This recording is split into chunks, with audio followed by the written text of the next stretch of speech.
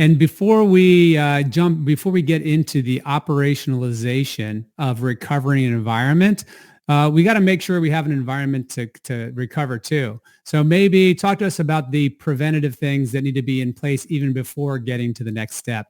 We kind of call it some good hygiene. Yeah, absolutely. And this is a really critical piece of the puzzle that's oftentimes overlooked. And it's really important because in order to have a robust ransom protection plan, you need to be able to cover both the preventative phase as well as the recovery phase, right? Because the unfortunate reality today is that even if you have all the preventative measures in place, the ransomware attack will get in. And in fact, 65% of the organizations who find themselves with ransomware attacks, they find that their data has already been encrypted. So like, how do you prepare to recover from these scenarios, right? So first of all, very basic stuff. You need to make sure that you have enough snapshots to work with. And so you need to make sure that when you find yourself in that situation, the ransomware dwell time isn't longer than the snapshot history, or that your backups have been deleted. So having a solution where you have enough snapshot history as well as what we call immutable backups where the malware can't alter or delete your backups is critical. But I say that that is table stakes because today, as Chad was mentioning before, the ransomware attacks look very different. So prior up until 2016, most of the attacks were file-based, where they would entice you to open certain types of files, and if you opened it, that would be the way the bad actors would get in, right? And so then you would know like the signature, and so you would match that against a database of well-known viruses, and that's what traditional backups and traditional file scanning tools used to do, right?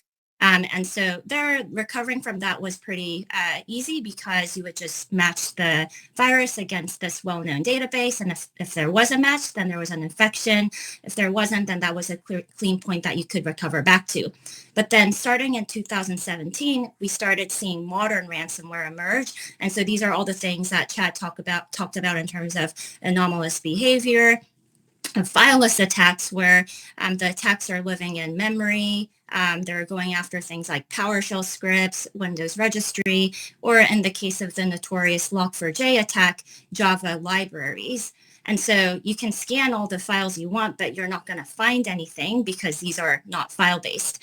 And so this is where traditional backups and traditional file scanning tools are bringing a knife to a gunfight, right? Because in order to detect these types of attacks, you have to run the workloads. You have to see how the workload behaves. And that's how you'll detect these types of modern ransomware. And in order to do all of this experimentation, you need to do that in an isolated recovery environment. This is a Gartner term, that sandboxed environment that's cut off from the external network. And so you need that isolated recovery environment in place. You don't want to be building that from scratch when the ransomware attack is occurring. And so that's why you need to have that a way to spin that up beforehand. And then also that behavioral analysis, next-gen antivirus, that all needs to be built into the ransomware recovery solution. So you talked about quite a few different pieces or components that customers have to think about.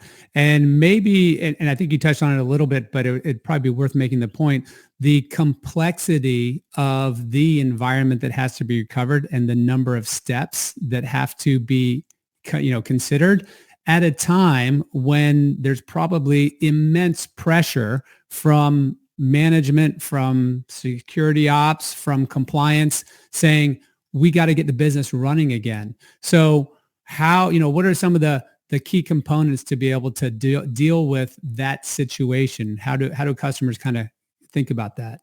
Right. So if you've set up your retention policy for your snapshots appropriately, then you'll potentially have thousands of snapshots that you're looking at, right?